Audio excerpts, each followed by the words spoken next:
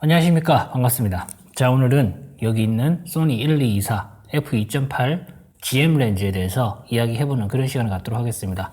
소니 코리아로부터 소정의 대가를 받고 영상을 제작한 리뷰입니다. 그런데 가이드라인이라든지 특정 이러이러한 것들을 반드시 소개해주세요, 이런 내용들이 아예 없어요. 충분히 써보시고 나서 좀 냉정하게 솔직하게 말씀해 주시면 되겠습니다 라고 저한테 이야기하시더라고요. 해상력에 관한 부분인데요, 해상력 같은 경우는 커뮤니티라든지 그리고 해외 유튜버 분들이 올리신 내용을 보니까 이제 단렌즈를 이기는 렌즈 그렇게 이야기하는데, 사실 이 단렌즈를 이기는 렌즈라는 개념 자체가 지금 나온 게 아니죠. 옛날부터 있었어요. 이거는 대부분의 이제 그런 기준 자체가 어떠냐면은 보급형의 단렌즈를 고급형 줌렌즈가 이긴다, 요 개념이거든요. 그런데 이거는 고급형 단렌즈를 이기는 줌렌즈입니다. 소니의 이제 24mm 이내에 그런 단렌즈를 가지고 있는 게 아무것도 없어요. 그래가지고 타사 렌즈를 빌려서 제가 테스트를 해봤는데, 아는 분께 아무래도 좀 어떤 렌즈를 내가 사용해서 테스트를 했다, 이 부분을 제가 말씀을 드리면 좀 명확하게 와닿을 건데, 사실 그게 좀 힘들어요. 공식 리뷰다 보니까. 그 단렌즈, 고급형의 단렌즈와 이것과 붙여봤어요. 2.8 조리개로. 2.8 조리개로 해서 딱 동일하게 찍어봤는데 소니 1224 f2.8 GM 렌즈가 이겼어요. 그리고 주변부 광량저하, 이것도 마찬가지로 요 녀석이 이겼습니다. 단렌즈를 이기는 게 맞아요. 어정쩡한 보급형 단렌즈를 이기는 게 아니라 상당히 수준 높은 해상력을 자랑하는 고해상도를 가지고 있는 렌즈, 그런 고급 렌즈를 이기는 렌즈라는 거죠. 물론 모든 단렌즈를 이긴다고 제가 말씀을 못 해드립니다. 왜 그러냐면 제가 그 렌즈들을 모두 사용해보고 테스트해보지 못했기 때문에. 어쨌든 간에 제가 빌려온 그 렌즈만큼은 일단 이겼어요. 자, 그리고 이제 지금 사진은 원본 사진인데, 자, 이 사진 보시면 어떤 느낌이 드세요? 이 공간에 내가 지금 들어와 있다는 느낌이 들죠.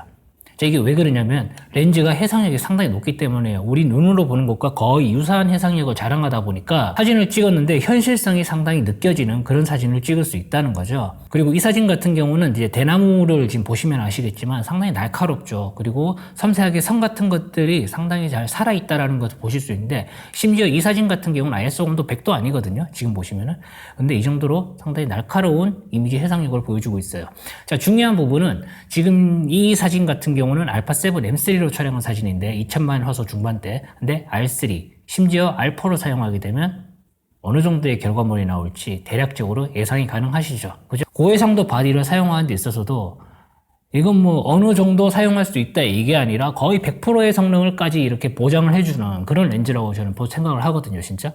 그리고 조리개 2.8을 사용함에도 불구하고 진짜 극상의 해상력을 보여주거든요. 중안부, 주변부 가리지 않고. 그러다 보니까 이제 우리가 별 사진 같은 걸 찍을 때 조리개를 좀 개방을 하죠, 그죠? 그런 사진을 찍을 때도 정말 또렷한 그런 별을 묘사를 할 수 있어요. 물론 이제 그 환경이 되게 중요하겠죠. 구름이 있거나 습도가 높거나 그러면 잘 안 보일 건데, 그런 것까지 이 렌즈가 모두 커버를 해서 이길 수는 없습니다. 기본적으로 깨끗한 환경에서 찍어야 되겠죠.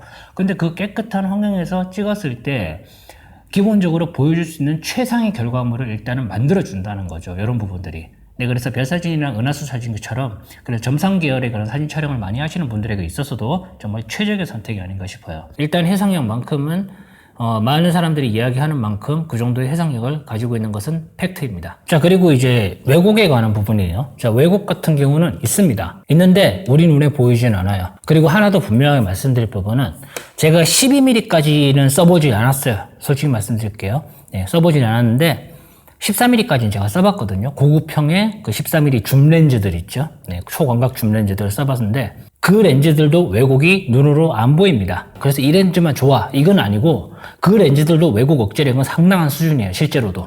그런데 어디에서 차이 나느냐, 최소 촬영까지 붙어가지고 촬영했을 때는 왜곡 차이가 보입니다. 이게 좁은 실내에서 어떤 좀 넓게 촬영하고 싶은데 렌즈와 가까운 부분에서 왜곡이 조금 보이는 경우가 있어요, 실제로도. 근데 얘 같은 경우는 그거마저 억제를 해버립니다. 그래서 전체적인 왜곡에 대한 억제력을 봤을 때는 이 녀석이 제일 상위권에 있다라고 보시면 돼요. 그리고 이제 원근 왜곡 같은 경우는 아무래도 그쪽으로 맞춰서 특화가 돼서 나온 렌즈다 보니까 그런 부분에서 확실하게 묘사가 잘 되고 있어요, 실제로. 12mm에서 원근이 가장 멀고요. 그 다음에 24mm에서 원근이 가장 작습니다. 자, 요것을 그냥 간단하게 이제 팁으로 또 풀어드리면은 이런 거죠. 원근을 좀 극단적으로 하고 싶어 라고 했을 때는 12mm로 두고 내 몸이 앞뒤로 움직이면서 찍으면 되고, 원근을 좀 줄이고 싶어 라고 했을 때는 24mm에 두고 내 몸이 앞뒤로 움직이면 되고, 자, 이런 식으로만 활용하시면은 이 렌즈를 쓰는데 크게 어려움 없이 사용하실 수 있게 됩니다.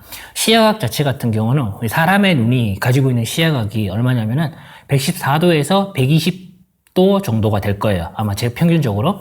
근데 소니 1224 f2.8 GM 렌즈는 시야각이 122도입니다. 그렇기 때문에 우리가 그냥 정면에서 이렇게 딱 봤을 때 이 풍경 있죠. 눈을 이제 돌리는 게 아니라 정면으로 봤을 때 이 풍경이 이 렌즈와 거의 유사하기 때문에 사실 이렇게 딱 봤을 때의 느낌을 그대로 담는다, 이 생각을 가지고 찍으시게 되면 활용하는데 그렇게 어렵지 않을 거예요, 실제로도. 그리고 조리개 2.8이죠. 무엇보다도 조리개 2.8을 가지고 있다 보니까 어두운 곳에서 실제로 제가 이제 뭐 사진을 가지고 뭐 작품을 만들겠어 이게 아니라 그냥 손으로 들고 다니면서 여행을 가면서 여행지의 풍경을 찍겠다라고 했을 때 그냥 조리개 값을 2.8까지 개방해놓고 찍어도 크게 ISO감들을 많이 올리지 않아도 되죠. 그래서 상대적으로 상당히 깨끗한 그런 이미지를 얻기도 수월합니다. 게다가 이제 소니 카메라가 가지고 있는 우측 손떨림 보정 기능까지 같이 작동을 해버리니까 어두운 곳에서 촬영하기가 더 수월해지게 되는 거죠. 그리고 이제 빛 갈라짐은 이렇게 나옵니다. 7.1 뭐 이렇게 쭉쭉 나오고 있죠. 근데 이제 야경 사진을 찍을 때 이제 제가 권장드리는 조리개 값은 11에서 14입니다. 일단은. 그런데 내가 이제 조금 더 빛 갈라짐을 강하게 주고 싶어 라고 했을 때는 조리개 22가에 지원되는 렌즈니까 22가에 조여서 찍으셔도 되겠죠. 일반적으로 다른 렌즈들은 그렇게 조이게 되면 회절 현상 때문에 화질이 급격하게 많이 떨어지는데 이것도 회절이 안 생긴다라고 보기는 힘들죠. 회절이 생깁니다, 당연히. 그런데 렌즈가 가지고 있는 기본적인 해상력 자체가 원체 좋다 보니까 그런 회절을 약간 감수하고 찍어도 될 만큼의 그런 결과물을 보여줘요, 실제로도. 만듦새. 네, 이거는 진짜, 이건 진짜 대단한 것 같아요. 지금 보면은 여기 상당히 두꺼워요. 후드 자체가. 상당히 두껍고, 짱짱하게 잘 만들어 놨고요. 후드와 이렇게 결합되는 부분, 이 부분은 상당히 강도가 높은 그런 재질로 되어 있어요, 실제로도. 열 처리가 되어 있는지 안 되는지 그것까지는 저도 잘 모르겠습니다. 이쪽 같은 경우는 일단은 이제 렌즈를 보호하는 부분이죠. 이쪽 같은 경우는 손에 가장 많이 잡히는 부분이다 보니까 아무래도 칠 벗겨짐이라든지 이런 부분에서 어느 정도 방어를 하기 위해서 이렇게 조금 무광 재질로 이렇게 해놓은 것 같아요. 그리고 렌즈의 길이 자체도 보시면 상당히 작아요, 진짜 실제로 봐도. 그리고 렌즈의 해상력, 외국 억제력, 빛에 대한 대응력 이런 부분들을 봤을 때도 전체적으로 무게가 840g. 이건 사실 말이 안 되는 무게라고 생각해요. 네. 보통 이 정도 성능이 되면 한 1.2kg 이 정도 넘어가 주는 게 저는 정상이라고 생각했는데 그게 아니라 800g대로 맞췄다는 거죠. 그리고 이제 렌즈 필터 같은 거 사용할 때 와이드 렌즈를 사용하시게 되면은 여기에 맞는 정식 규격으로 나온 제품을 장착해서 좀 하는 경우가 있어요. 이것도 마찬가지로 인디 그라데이션, 그다음에 컬러 그라데이션 이런 그라데이션 필터를 사용하실 때는 그렇게 해야 돼요. 그런데 그게 아니라 ND 필터, 그다음에 단순히 그냥 컬러 필터 이 정도만 이제 사용하겠다라고 하면은 이 뒷부분에 있잖아요. 이걸 열어보면은 여기 보면 홈이 나 있거든요. 이 부분에 이제 필터 시트지로 된 형태가 있는데 그것을 장착을 할 수가 있어요. 개인적으로 이것을 직접적으로 사용을 안 해봤는데 일단은 뭐 사용을 해보신 분들 얘기로는 상당히 편하다, 간편하다 이렇게 말씀을 하시더라고요. 줌링하고 초점링이 가는 부분인데 이거는 얘기를 안 할 수가 없는 게 개인적으로 비싼 돈을 주고 산 렌즈들 중에서 이게 진짜 그러니까 줌링이 돌아가는 거 그리고 초점 링이 돌아가는 거 이런 것들이 있죠. 줌인 줌아웃을 했을 때 뭔가 되게 걸리면서 막 소리가 나면서 이렇게 움직이는 것들이 있어요. 이제 그렇게 되면 그게 나쁜 건 아니죠. 왜냐면 그 가격대에 맞는 성능을 가지고 나온 거기 때문에. 근데 이건 어떠냐면은 줌링이라든지 이런 부분 돌아가는 것들이 있잖아요. 이건 정말 최상급이에요. 이거는 이거 괜히 제가 이것을 띄워주기 위해서 이렇게 얘기하는 게 아니라 실제로 지금 이거 구입해서 사용하시는 분들 있죠. 네, 저랑 똑같이 생각하실 겁니다. 이건 정말 대단한 것 같아요. 이거는. 그러니까 이게 진짜 별거 아닐 거라고 생각할 수 있거든요. 그런데 난 정말 고급 렌즈를 쓰고 있어. 그런데 이런 부분에서까지 이제 완성도 있는 모습을 이렇게 보여주게 되면 이 제품에 대해서 신뢰를 하게 되죠. 그리고 사용하면 할수록 기분이 좋아지게 됩니다, 사람이. 진짜 이런 거 있잖아요. 사진을 찍는데 장비가 어떤 스무스한 환경을 만들어 준다거나 이런 부분에서 도움을 준다면은 사진 촬영하는데 사람을 상당히 기분 좋게 만들어 주거든요. 그러면 계속 들고 나와서 찍게 되고 그 렌즈를 많이 사용하게 되고, 그리고 보케 같은 경우는 이런 모양이 나오게 되는데 요거는 이제 참고 사항용으로만 그냥 알고 계시면 될 것 같아요. 사실 이 렌즈는 보케를 가지고 말할 수 있는 렌즈가 아니라고 저는 판단이 들기 때문에 보케가 안 좋다 좋다 이걸 말하는 게 아니라 활용도 자체가 보케를 그렇게 많이 활용할 수 있는 렌즈가 아니라는 거죠. 그래서 이 부분은 이제 참고 사항으로만 그냥 두시면 될 것 같고요. 그리고 소음 같은 경우는 진짜 소음이 거의 안 나요. 실제로도 거의 안 나는 게 아니라 안 들립니다. 소음 자체가. 이제 렌즈 구동을 마운트를 하고 귀에다 이렇게 대면 들리거든요. 네, 작게 들리는데 진짜 평상시에는 아예 소음이 없다라고 생각할 정도로 상당히 조용합니다. 진짜. 그리고 이제 AF 성능 같은 경우도 진짜 빨라요. 실제로도. 그래서 와, 이 정도 AF 속도면은 거의 진짜 뭐 70200 GM 렌즈 이런 렌즈들이 보여주는 AF 속도들이 있죠. 그거보다 훨씬 더 빠른 것 같거든요. 지금 딱 봐도. 그래서 와, 이거 AF 속도는 진짜 초광속합니다. 그리고 인물 사진 찍을 때도 마찬가지예요. 12mm에서 보여주는 이런 느낌과 그 다음에 24mm에서 보여주는 느낌이 좀 달라요. 일단 지금 사진 같은 경우는 12mm로 이제 풀 픽셀, 풀 화소로 이렇게 촬영한 사진인데 이런 식으로 활용도 가능하시고 그 다음에 난 요거보다는 조금 적은 그런 왜곡, 원근 왜곡이죠. 그 원근 왜곡을 쓰고 싶어 라고 하면 24mm로 두고 앞뒤로 움직이면서 찍으시면 될 거예요. 근데 이제 나는 그것도 싫고 좀 쉽게 찍고 싶은데 라고 하면은 좀 멀리서 찍고 그리고 이제 크롭을 해서 활용을 하시면 될 것 같습니다. 이제 이런 부분들도 해상력이 받쳐주기 때문에 이제 가능한 부분이라고 볼 수 있죠. 사실 따지고 보면. 그리고 이제 제가 실제로 이것을 가지고 인물 사진을 찍는데 그냥 좀 넓게 한번 찍어봤어요. 인물을 세워두고 그냥 아무 생각 없이 셔터를 한번 딱 눌러봤는데 이런 표현이 나오는 겁니다. 제가 12mm 화각을 써보질 않았으니까 어떻게 나오는지 아예 생각을 못했었는데 12mm로 이렇게 인물을 찍어보니까 이 원근이 이렇게 딱 부각이 되면서 어떻게 보니까 약간 역동적인 느낌도 상당히 잘 구현되더라고요. 그래서 요걸 잘 활용하면은 이제 역동적인 사진도 여러분들께서 컨셉을 잡고 인물 사진을 찍으실 수도 있게 됩니다. 그리고 넓게 찍을 수 있고 조리개값 2.8까지 지원되고 그리고 소니 카메라가 가지고 있는 우측 손떨림 보정 기능까지. 자, 요거 세 개가 제일 결합됐을 때 좋은 장르가 있죠. 웨딩 스냅.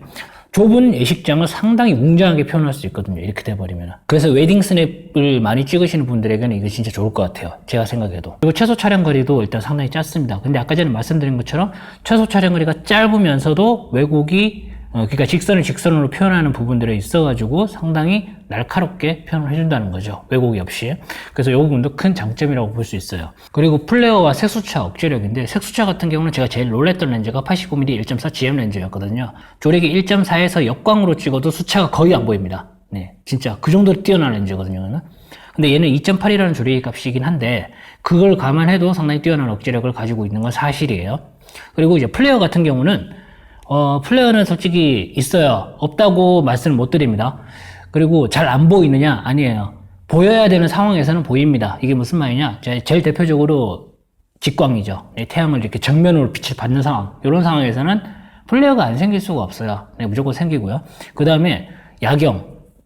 야경 같은 경우는 일반적인 이 야경의 빛에 대해서는 억제력이 상당히 뛰어납니다. 거의 안 보여요. 이것도. 근데 이제 빛이 한 곳에 뭉치는 구간들 있죠. 그런 부분들을 딱 보면은 플레어가 보입니다. 이 부분은 참고하시면 되겠어요. 분명한 것은 수차 억제력, 플레어 억제력 이런 부분들 거의 최상급입니다. 다만 이제 없는 건 아니라는 거죠. 그래서 이 부분은 이제 참고를 하시면 되겠습니다. 그리고 이런 사진 같은 경우도 마찬가지예요. 1, 2, 4가 아니면은 사실 찍을 수 없는 사진이거든요. 이것을 뭐 앞에 있는 피사체, 뒤에 있는 피사체의 동일한 크기로 이렇게 가져갈 수도 있겠지만은 이제 뭐 뒤에 있는 피사체와 앞에 있는 그런 능선 이런 피사체의 거리감을 좀 주고 싶다라고 했을 때는 12mm로 두고 앞으로 들어갈 수밖에 없거든요. 그래서 이런 부분도 어떻게 보면 1, 2, 4 GM 렌즈가 가지고 있는 장점이라고 볼 수 있습니다. 그리고 풀프레임 카메라와 서브로 이제 크롭 화각의 카메라 있죠. 이런 것들을 이제 같이 운영을 하시는 분들도 있으실 텐데 이제 그렇게 사용하실 때도 마찬가지로 이걸 활용도가 좀 많아지죠. 왜 그러면 12mm잖아요. 풀프레임 환상 기준으로. 이제 거기서 크롭 화각에 장착을 하게 되면 18mm입니다. 이렇게 해도 2470의 그 표준 줌 렌즈보다 24mm보다 훨씬 더 넓게 찍을 수 있죠. 그래서 어느 정도 감각은 충분히 가능하다. 이 부분도 어떻게 보면 활용도가 상당히 많다라고 볼 수 있는 부분입니다. 일단 이때까지 제가 수많은 렌즈를 써보면서 그리고 소니 렌즈들도 이제 고급 렌즈 위주로 제가 리뷰를 했었죠. 이것도 마찬가지로 고급 렌즈인데 와, 딴 거 다 빼고 그냥 만족도만 딱 놓고 봐도 진짜 최상급입니다. 이거는 제가 이때까지 사용했던 렌즈들보다 훨씬 더 만족감이 높은 그런 렌즈라고 볼 수 있어요. 그래서 돌려주기가 싫습니다. 솔직히 말씀드리면. 일단 단점이 있어요. 당연히 단점이라기 보기보다는 초광각 렌즈들이 가지고 있는 공통적인 단점이라고 볼 수 있어요. 첫 번째는 필터 사용이 조금 힘들죠. 아무래도 이제 이 앞이 튀어나와 있다 보니까 필터 사용이 조금 힘들고, 렌즈 보호용 필터 말이에요. 그리고 그라데이션 필터 같은 경우는 사용할 수 있어요. ND 필터라든지. 근데 이제 그런 거 사용할 때도 이제 전용 필터를 사용해야 된다는 거죠. 여기에 맞는 게 따로 나와 있습니다, 현재. 그런 것을 사용하셔야 되고요. 여기 보면은 이제 옆에서 이렇게 보면 안 보이죠. 안 보이는데 중요한 부분은 이제 정 가운데 부분이 이렇게 볼록하게 솟아 있어요. 실제로도. 네, 많이는 아닌데 조금 나와 있거든요. 그래서 이런 부분이 만약에 어디 충격을 이렇게 딱 받았을 때 이렇게 받으면 상관없는데, 만약에 비껴서 이렇게 맞아버리게 되면은 렌즈가 바로 타격을 받게 돼요. 그래서 촬영자가 이제 사용할 때 좀 주의를 요하는 부분입니다. 이런 부분들은. 이거는 이 렌즈만 뿐만 아니라 모든 초광각 렌즈들이 가지고 있는 단점이라고 볼 수 있어요. 그리고 이제 단점이 이제 가격이죠. 아무래도 가격이 좀 비싸요. 실제로 아직까지도. 이제 성능에 비해서 가격이 비싸다 이런 것을 논하기 조금 힘든데, 어쨌든 간에 이제 딱 그냥 숫자만 딱 놓고 보면 비싸다는 느낌이 딱 와닿잖아요. 그래서 저도 돈만 많으면 제가 바로 사겠는데, 실제로 이제 구입하셔가지고 인증하시는 분들도 되게 많더라고요, 요즘에는. 어쨌든 그 가격을 주고 내가 마음에 들어서 샀다라고 했을 때 이 렌즈가 보여주는 성능 자체는 절대로 실망시켜드리지 않을 거예요. 그런데 객관적인 가격만 놓고 보면 아무래도 좀 비싼 감이 없지 않아 있습니다. 분명한 것은. 저도 사고 싶어요. 사고 싶은데 최근에 70-200 GM 렌즈를 질러버려가지고 좀 기다려야 될 것 같습니다, 저는. 네, 어쨌든 간에 이 렌즈 정말 괜찮습니다. 네, 풍경 사진으로 어떤 포트폴리오 작업을 한다거나, 웨딩 스냅 작가분들이라거나, 심지어 반려동물을 찍는데도 전혀 부족함 없어요. AF 속도가 진짜 빠르거든요. 그래서 그런 부분들이라든지, 아니면 아이 사진을 좀 광각으로 재미있게 찍고 싶다. 그리고 좀 역동성이 느껴지는 컨셉 촬영을 좀 한다든지, 진짜 활용 범위가 이것은 끝도 없습니다. 그래서 이 렌즈를 한마디로 정의를 하면 이런 거예요. 활용도는 정말 많은 렌즈. 그러면서도, 그리고 해상력과 왜곡 억제력 자체가 제 기준으로 봤을 때 이때까지 한 번도 보지 못했던 그 정도의 능력치를 보여주고 있는 렌즈. 딱 이 정도면 모든 설명이 끝날 것 같습니다. 그래서 이 렌즈를 고려하고 계신 분들은 성능에 대해서는 의심 1도 할 필요가 없어요. 그냥 좋습니다. 예산만 된다는 말이죠. 자, 오늘 여기까지 하겠습니다. 고맙습니다.